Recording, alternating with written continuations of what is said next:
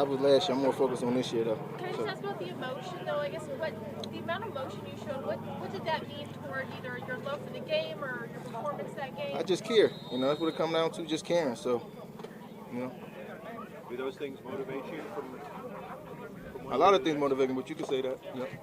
So, how so?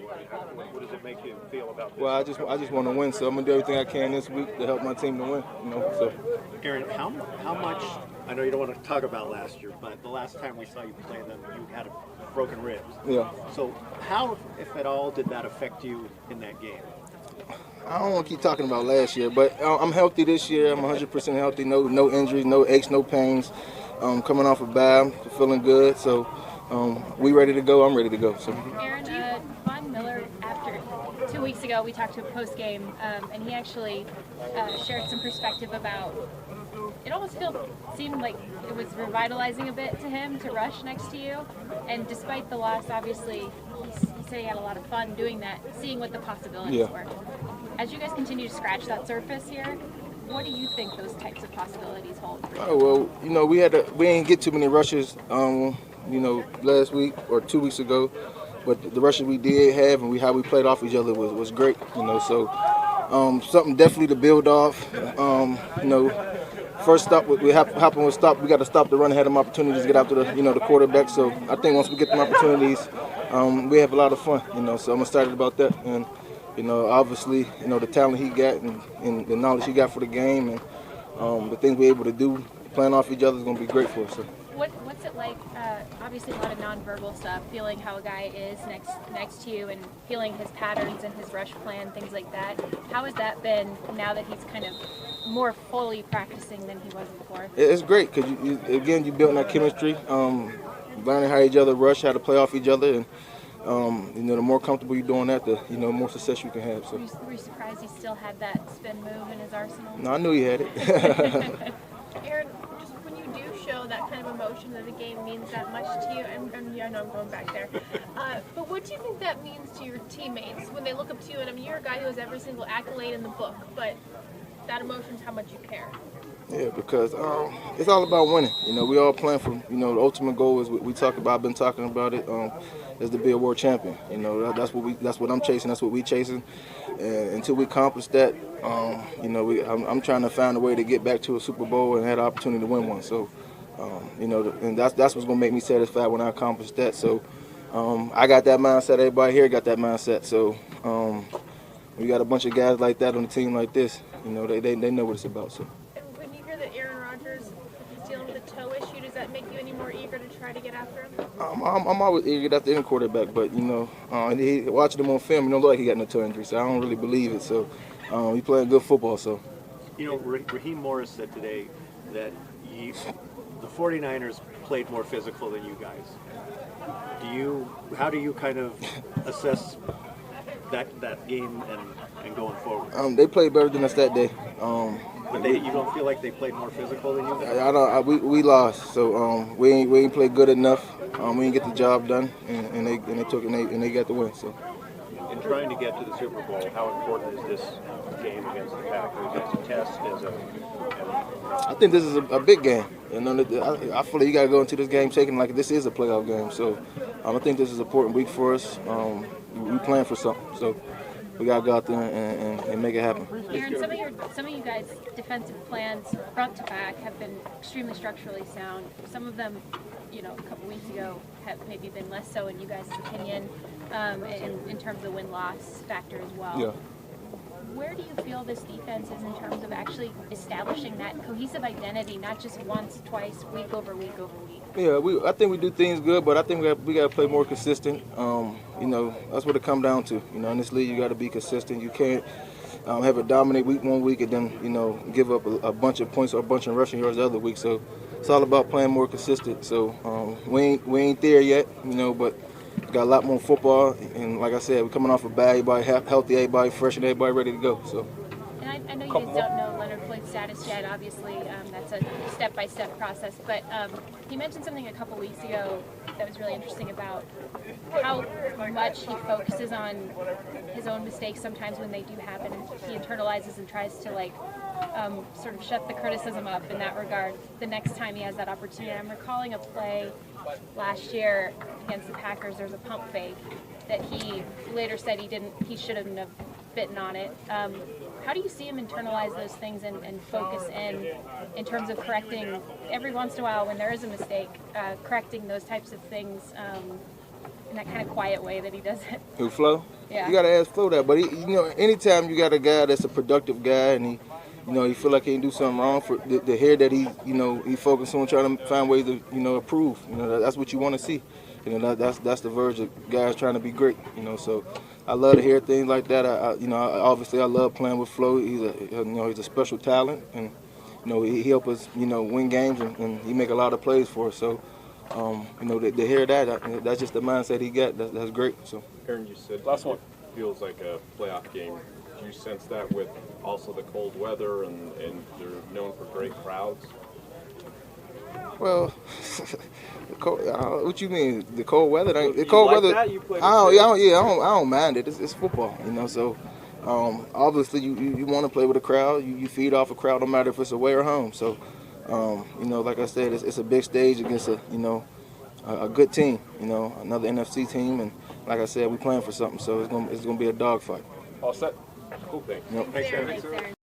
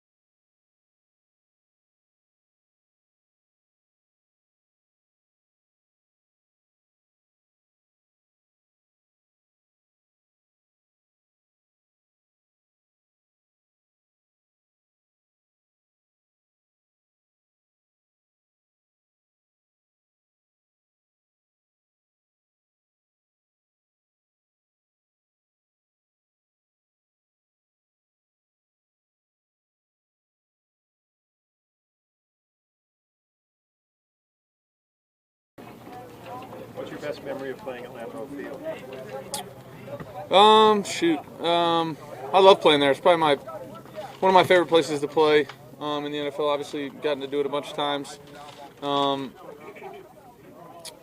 can't think of one right now, to be honest with you. But played some fun snow games. I love playing in the snow there. I mean, that's what you dream about as a kid, is getting to play the Packers at Lambeau Field in the snow. So don't think it's going to snow this week, but it'll be nice and chilly, which is always fun. Matthew, did you and your family have a Thanksgiving routine that you developed the last 12 years since you always played? Yeah, I loved playing on Thanksgiving for the tradition, for the game, for all of that. But at the same time, it was really nice because we went Thursday to Thursday one time, so we played Thanksgiving and the next Thursday, which was tough. But we, for all the other times, it was, I think I was back at my house at 5:30, something like that. Being able to have a normal Thanksgiving meal, watch some football with your family, almost felt like a fan there for a little bit. Had a bunch of family in town, so yeah, we get back to the house and have food and dinner and all that kind of stuff, and it was a lot of fun having the next couple days off. You could eat leftovers and do all that fun stuff. How will this one? Go ahead. What do you think tomorrow is going to be like? Way different for me, than normal, but just like the rest of the NFL deals with. So, we'll figure out our schedule, go from there, and I'll be able to spend a little bit of time with the family, which is great. So, we're used to this in the NFL. You play on Christmas, you travel on Christmas, you play on Thanksgiving, travel on whatever it is. We just show up and go to work. And I mean, like anything, ebbs and flows and evolutions and cycles with the league. You guys you specifically are seeing a lot more too high this year. A lot of teams are, particularly high passing volume teams. How was, first of all, immersing yourself in this offense, but then also that's something that they've obviously been preparing for here. So how was that finding solves for those types of things, or trying to find solves, and how does that process evolve through week over week? Yeah, I mean, it is, crazy how the league's gone in cycles. When I first came to the league, it was Tampa 2 and 3 fire zone, and then it became Seattle 3, and then it became a little bit of what a lot of teams are doing now. It's just cycles through, coaching trees that end up getting jobs, and then those guys end up implementing what they know. But we are seeing a bunch of teams are playing it, feeling good about stopping the run with, who they have in the box and being able to keep the passes in front of them. It's a week-to-week thing. Everybody plays it a bit different. You have to find ways to attack it.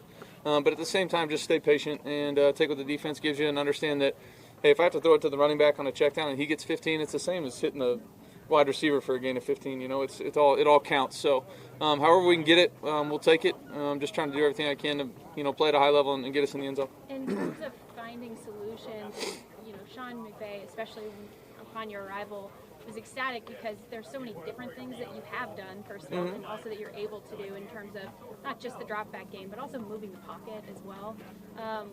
When you get this far into a season, does it almost become a part of the evolution to sometimes pull back on some of those things that maybe you hadn't done as much, and then see how they work in various phases, such as some of the play action stuff and Yeah, again, I think it all starts, with matchups each week. That's the best way I can put it. Sometimes it's matchups up front, sometimes it's matchups on the back end. How do we feel like we can attack at the same time? Being cognizant of who's blocking who and who's against who on certain routes. We're always trying to find different ways to call plays and run plays that maybe have looked like something we've done in the past or look like something we're doing that week in another play. I think Sean does an outstanding job of trying to, manipulate defense and put our guys in best position to succeed, which, he's done at a high level, for a long, long time. Any takeaways from the bye week and what you can do? Like sometimes the old cliche, when you step away, you can see better. Yeah. For you. Yeah, I think when you look at it, as a team, when we win the turnover battle, or even in the turnover battle, I think we're 7-0, and when we lose it, we're 0-3. And it doesn't mean can't win a game when you lose a turnover battle, but want to do a better job of just, in every single game, in every single play, every single situation, trying to make the correct decision. Certain plays are going to happen, right? Like, I'm going to throw the ball to Higbee a bunch of times, and that'll probably never happen again, And I think about the one to Cooper in New York. Those kind of things, those you live with, but just the poor decisions on a couple of those that I wish I could have back. Absolutely. And if I can do a better job of holding on to it, I know our defense does a great job of getting the ball out, and we win the turnover battle, it's going to put us in a better position to win the game. So, from a personal standpoint, that's the thing I'm focused on the most. Matthew, Go ahead. and Matthew, what do you see as the top quality of our Joe Barry defense? The one thing that makes that defense so hard to beat? I think they've got a great scheme, but at the same time, they've got a bunch of really good players. They play really hard up front, do a great job of stopping the run while playing shell defense. Guys on the outside at the corner spots and at the safety spots are really, really big-time playmakers. I think they have 12 or 13 picks on the year. They're doing a great job of turning it over. So they do a great job of, that rush and coverage marriage that everybody wants to talk about. They do a nice job of playing aggressive on the back end, knowing that their guys do a great job of getting home and disrupting the pocket. So, it's a little bit of everything for those guys. With trying to mesh a guy like Odell into the offense. Kevin was saying, you can't really expect him to know everything. So in the huddle, like in a play call, with a play call with him, are you calling a play and then telling him, hey, run a 10-yard out or something? Or how does it work with him to make sure he knows what he's supposed to be doing? Well, I've been really, impressed by what he's been able to grasp thus far. I think it is really difficult to come in midseason, especially in an offense like this where you're not just lining up outside the numbers every time and running straight stem, either goes, come back, all that kind of stuff. He's moving around as much as anybody in the league. Our offense, is kind of predicated on that. So I've been really impressed with his ability to do that, kind of grasp it. But at the same time, there might be certain plays that have certain reminders to him that I'm giving to him, and he's right on board with them. 9 times out of 10, he breaks the huddle with a whole bunch of confidence, knowing what he's about to do, which is awesome for me as a quarterback to be able to just kind of do my job. But at the same time, it's impressive what he's been able to do. Something I'm not sure you might have experienced before. I'm not sure I'd ever seen it before. Was before his first start 2 weeks ago, or his first game 2 weeks ago, when you were warming up with one of the equipment guys or the team guys, and he kind of stepped in and he was like, "No, I'd like to get a couple throws, catches in." Was it that sort of sense of urgency right up to the wire? And what was that like, having him just try to integrate himself as much as possible, even in those small ways? Yeah, I think it was great. I hadn't had a whole lot of reps with him, and I thought he did an outstanding job in the game. When I threw him the ball, he did a great job of, making catches. So it was great. I thought Sean and Yarves did a great job of kind of, giving him a tight menu of stuff. We have a bunch of really smart guys around him that can help communicate what he needs to do on certain plays. Talking about 2 weeks ago when you're showing up on a Thursday afternoon or whatever it was, and then trying to play in a game on Sunday it was pretty impressive. What are your favorite Thanksgiving dishes? Oh man, sweet potato casserole. Turkey and ham, I guess. Mashed potatoes, all the normal stuff. Nothing crazy. Pecan pie, probably. Those are some of the top ones. And then because you're playing on Sunday and not on Thursday, does that mean you have to eat a little less? Yeah, definitely. Gonna have to take it easy, which is it's tough to do, but small sacrifices you have to make. Matthew, I think if I was reading your Pro Football Reference bio correctly, you were inactive in 9 and 10 when you played at Green Bay, but your first game in 11, you passed for 5 touchdowns, and it looked like statistically, I think you threw it almost 60 times or something like that. Yeah. Do you have a recollection of that first time playing there? Yeah. I remember missing the first 2 and just being upset just because I wanted to play in Lambeau Field. Such a cool place to play. I remember 2011 like it was yesterday. That was a crazy game. That was the Matt Flynn game, right? Matt Flynn went for 480 and 6 against us, I think, and we had a good game too. It was a fun down to the wire game. Thought we won it on a seam ball to Tony Scheffler and to Tampa too, and then they came back and scored, and then I threw a pick on a sail route to Nate Burleson, I believe. But it was a fun game. It was honestly, to tell you the truth, pregame, warming up in that game, it was really cold, really windy. Ball was kind of blowing all over the place trying to throw it. And it was like we wanted to play no huddle, play at the line of scrimmage and throw it a bunch. And it was like, went back in for waiting for the 2 minute and being like, we may just have to run it a bunch today, we're not sure. And then kind of died down and we just got hot. So it was fun. Is it weird getting ready for a cold game when it's still in the 70s here? I guess. It's the first time doing it. I've had a lot of experience playing in that kind of weather, both, in Green Bay, Chicago, Minnesota was outdoors for a while. Just show up and play the game. The ball's going to be snapped, let's go play. And, just play like it's normal until the elements tell you can't. Stu, last one. Just real quick, going back to the normal Thanksgiving routine you had in terms of doing things with family and friends.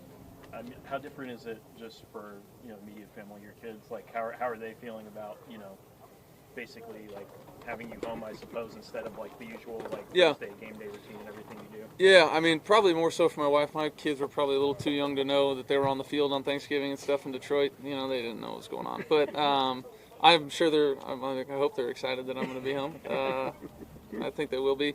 Kelly the same, but we did have a lot of time together, even on those Thanksgiving games, as I was talking about a little bit earlier, being able to be done early, always home game, always the early game. Had plenty of time after that. So it's going to be different, but, we'll just figure it out as we go.